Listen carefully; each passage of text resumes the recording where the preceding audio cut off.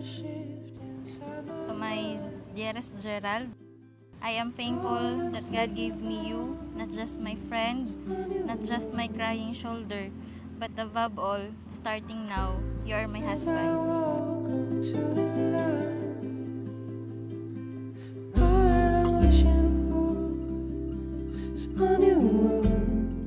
Mahal, sa inahaba-haba ng panahon, ito na tayo ngayon.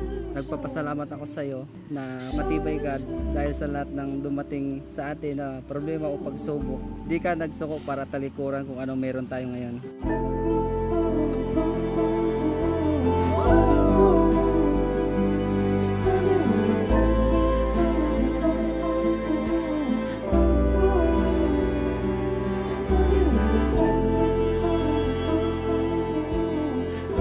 Sumasang-ayon ka ba na maging asawa si Gerald na narito ngayon alinsunod sa batas at alituntunin ng ating simbahan? Opo, Father. Buong puso ba ang pagkakaloob mo sa kanya ng iyong sarili bilang kanyang may bahay? Opo, Father.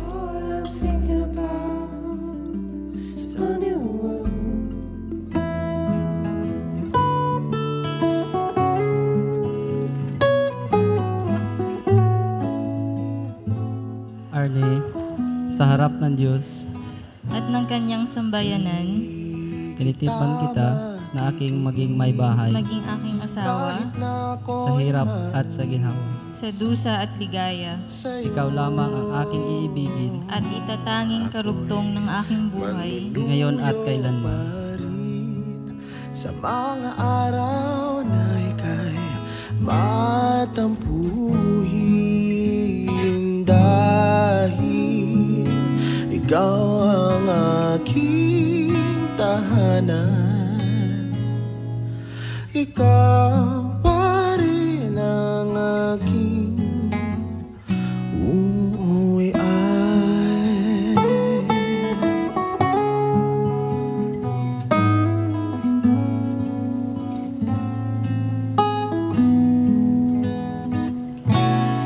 Pilit mangitulak palayo, hihilahin ang tadhana, pabalik sa'yo, dahil sa minsan mong pagngiti, alam ko. Noon pa lang alam ko na sa'yo na ang true love ko. But God is powerful because He prepared me. If someday we will meet again, hindi yung puppy love lang yung maramdaman natin, but the real one. Maybe He let me to fail on my first, to be a perfect one to my last, at ikaw yun.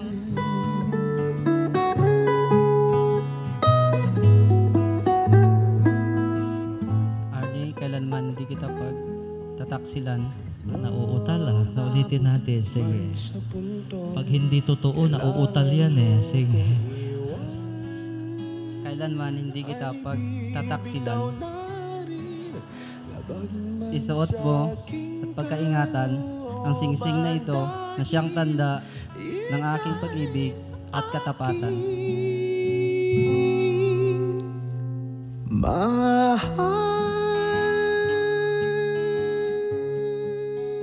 Nadapa ka man noon, hindi ka na madadapa ngayon. Dahil sa pagbangon mo, ako na kasama mo.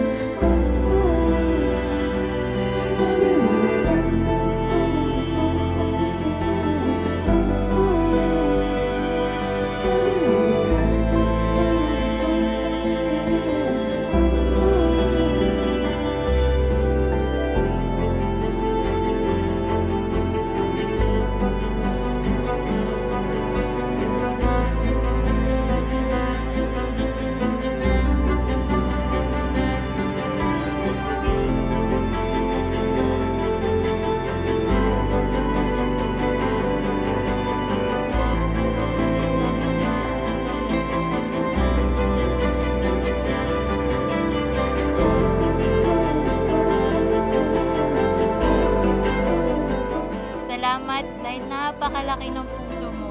dahil hindi lang ako ang minahal mo, kundi pati ang Andre mo.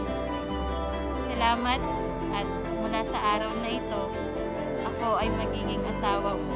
Mamahalin kita hindi lang ngayon, kundi sa araw-araw at sa hanggang huling hininga ko. Mahal kita at mamahalin.